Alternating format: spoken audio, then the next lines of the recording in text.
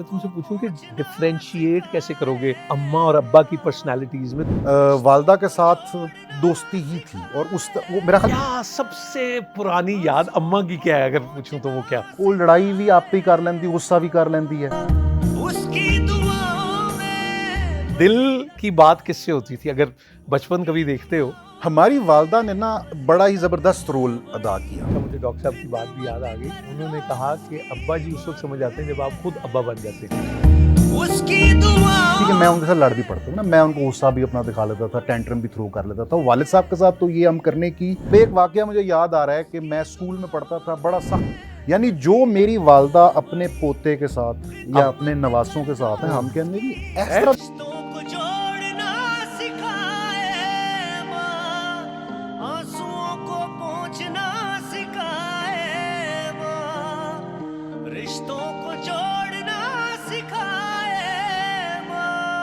इस पॉलिसी को अगर मैं पूछूं तुमसे, अब तो बल्कि अच्छा मुझे डॉक्टर साहब की बात भी याद आ गई। उन्होंने कहा कि अब्बा जी उस वक्त समझ आते हैं जब आप खुद अब्बा बन जाते हैं। लेकिन अगर मैं तुमसे पूछूं कि डिफरेंशिएट कैसे करोगे अम्मा और अब्बा की पर्सनालिटीज में तुम्हारी जिंदगी में? जैसे वो याद है बचपन में कहते बेटे आपको अम्मी ज्यादा प्यार करती हैं कि अब्बू? बड़ा अजीब सा सवाल होता है। लेकिन अब अगर देखते हो व्हेन यू लुक बैक, तो किसका कैसे कैसे कंट्रीब्यूशन है? And now you being a parent yourself, कैसे देखते हो? मेरा ये ख्याल है कि वालदा के साथ जो मेरा रिलेशनशिप था ना, वो मैं बड़े, इसमें कोई लफाजी नहीं है, वो दोस्ती वाला रिलेशनशिप था। वालदा के साथ दोस्ती ही थी और वो मेरा ख्याल आज भी वैसा ही रिलेशनशिप है। वो एक तो उनकी उम्र बड़ी कम थी, जब मैं पैदा हुआ तो वो 19 साल की थी।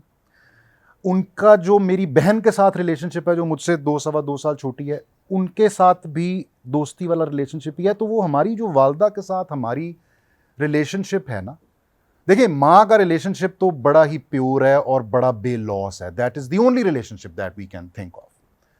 औलाद के हवाले से हम शायद ये नहीं कह सकते 100% वालदा जो है ना, उसका वालदा माँ बच्चों के लिए बेलॉस है। हमारी वालदा का रिलेशनशिप हमारे साथ एक दोस्ती वाला रिलेशनशिप था। सो वो जनरेशन गैप जो था ना, वो कम था। वो जो अब हम कहते हैं कि जब शादियां पहले होती थी तो आपका एज कम होता है बच्चों और उसके साथ, और फिर you tend to spend more time with your kids, वो वाली भी।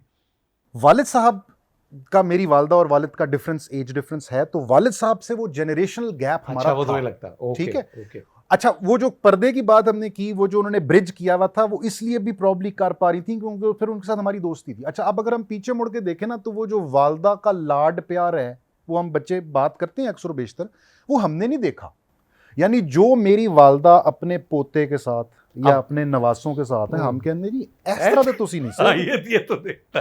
ठीक ठीक ठीक। अब जब मैं उसकी उसकी रैशनैलिटी फाइंड आउट करता हूं, तो वो ये है कि वो हमारे साथ तो दोस्ती का रिलेशनशिप था। दो दोस्त आपस में लड़ भी पड़ते हैं, गुस्सा भी कर लेते हैं, हम भी लड़ पड़ते थे, हम नाराज हो गए, मैं वालदा से नाराज हो गया हूं। ठीक है ना। अब एक वाकया मुझे याद आ रहा है कि मैं स्कूल में पढ़ता था, बड़ा सख्त हमारे घर में डिसिप्लिन कौन था सी कि क्लास होगी? रात 5वीं अच्छा, छठी जमात, ठीक है। 7वीं जमात, और रात को 9 बजे हमने सोना है, तो खबरनामा शुरू होना है और हमने बेड में होना है। तो वो कर्फ्यू है, डेडलाइन है। और अच्छा, उसमें खबरनामे की जो हेडलाइंस हैं, वो 2-3 मिनट की, कमरे में जाते जाते सुन लेते। ठीक।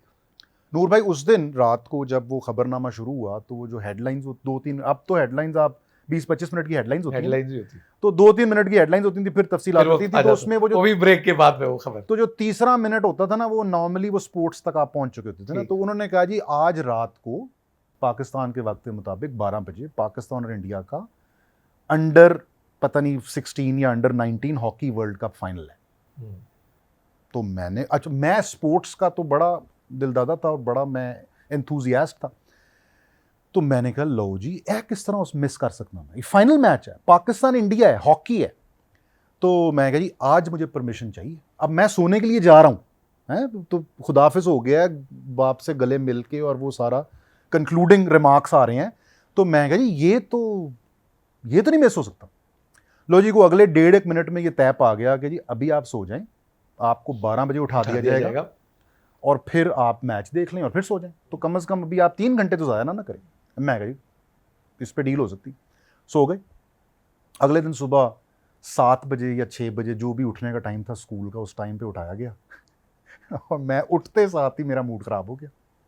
मैं कहा जी धोखेबाजी होगी साढ़े नाल और मैंने कहा यार इसका मतलब है इनको पता, जब ये मेरे साथ डील कर रहे थे रात को वालदैन मेरे, तो इनको पता फेयर डील। हाँ, हाँ, तो इनको पता था कि हमने इसको उठाना ये आपने ये अस्यूम किया। किसी से बात नहीं की, क्योंकि हम खुददार भी बड़े होते थे ना, हम कंप्लेन भी बड़ा सोच समझ के करते थे। तो मैंने मुंह फुला लिया, किसी से कोई बात नहीं की। मैं स्कूल गया, स्कूल की छुट्टी हुई, मैं घर वापस आया, मैं घर आया, मैंने आके पता नहीं कोई टेंट्रम थ्रो किया कि जी मैंने खाना नहीं खाना या जो भी। अब दोपहर हो चुकी है और मैंने किसी से कोई बात नहीं की। शाम या 4 बजे 3 बजे मेरी वालदा ने शायद मुझसे पूछ लिया कि खैर है की होया की है की हो रहा है। तो मैं कहा जी, फिर मैं फट पड़ा, और मैं भी इंतजार में था ना कि मुझे को पूछे ना सही कि मैं फिर दसा। तो मैंने कहा जी बड़े अफसोस की बात, यानी बच्चों को आप धोखेबाजी सिखा रहे। क्या धोखेबाजी जी?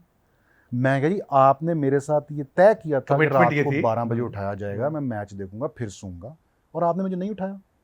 लो जी, उस वक्त मुझे ये पता चला, और ये बात हकीकत है, इसमें उन्होंने कोई गलत बयानी नहीं की, कि मेरी नींद इतनी पक्की है कि, क्योंकि ये कई दफ़ा फिर उसके बाद भी हुआ कि उन्होंने मुझे 12 बजे उठाया और मैंने उठ के कहा जी मैं मैच नहीं देख सकता, मैंने तो नींद आ रही। और ये आपको नहीं पता होगा सोते और मेरी वालदा ने मुझे कहा कि मैंने तुम्हें उठा के बिठाया क्योंकि मुझे पता था तुम्हारी नींद पक्की। मैंने कहा यासिर तुम इस वक्त नींद में हो, उठ जाओ, तुमने मैच देखना है, मुझे पता है मैं मां हूं तुम्हारी। आपको ये अक्सर याद नहीं है। ठीक है सर। उस तो बाद फिर शर्मिंदगी हुई कि जी अच्छा है, तो फिर मैं सारा दिन ही मुंह बुला के फिरता रहा। सो वो वाला जो मेरा मतलब है, हम पता नहीं हम कहाँ से चले थे और गुफ्तगू यहाँ तक आ गई। उनके साथ एक दोस्ती थी, बात ये हो रही थी कि मैं उनके साथ लड़ भी पड़ता था ना, मैं उनको गुस्सा भी अपना दिखा लेता था, टेंट्रम भी थ्रो कर लेता था। वालिद साहब के साथ तो ये हम करने की जसारत ही नहीं था कर सकते। तो ये रिलेशनशिप मेरा जो वालदा के साथ था दोस्ती वाला था। दिल की बात किससे होती थी? अगर बचपन कभी देखते हो, जैसे कॉन्फिडेंट वाली बात होती है, जैसे हमारे यहाँ तो एक होता ना कि वो अब्बा जी आएंगे तो वो वाला एक डिसिप्लिन यही था, उसे यही था।